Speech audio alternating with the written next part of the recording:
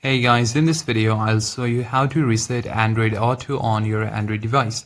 So simply open your settings, search for settings on the search bar and tap on the settings.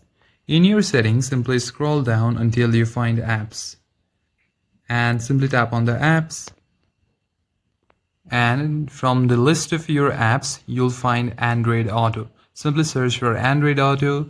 If you can't find it, you can also search on the search bar and simply type in Android Auto and simply press on the application.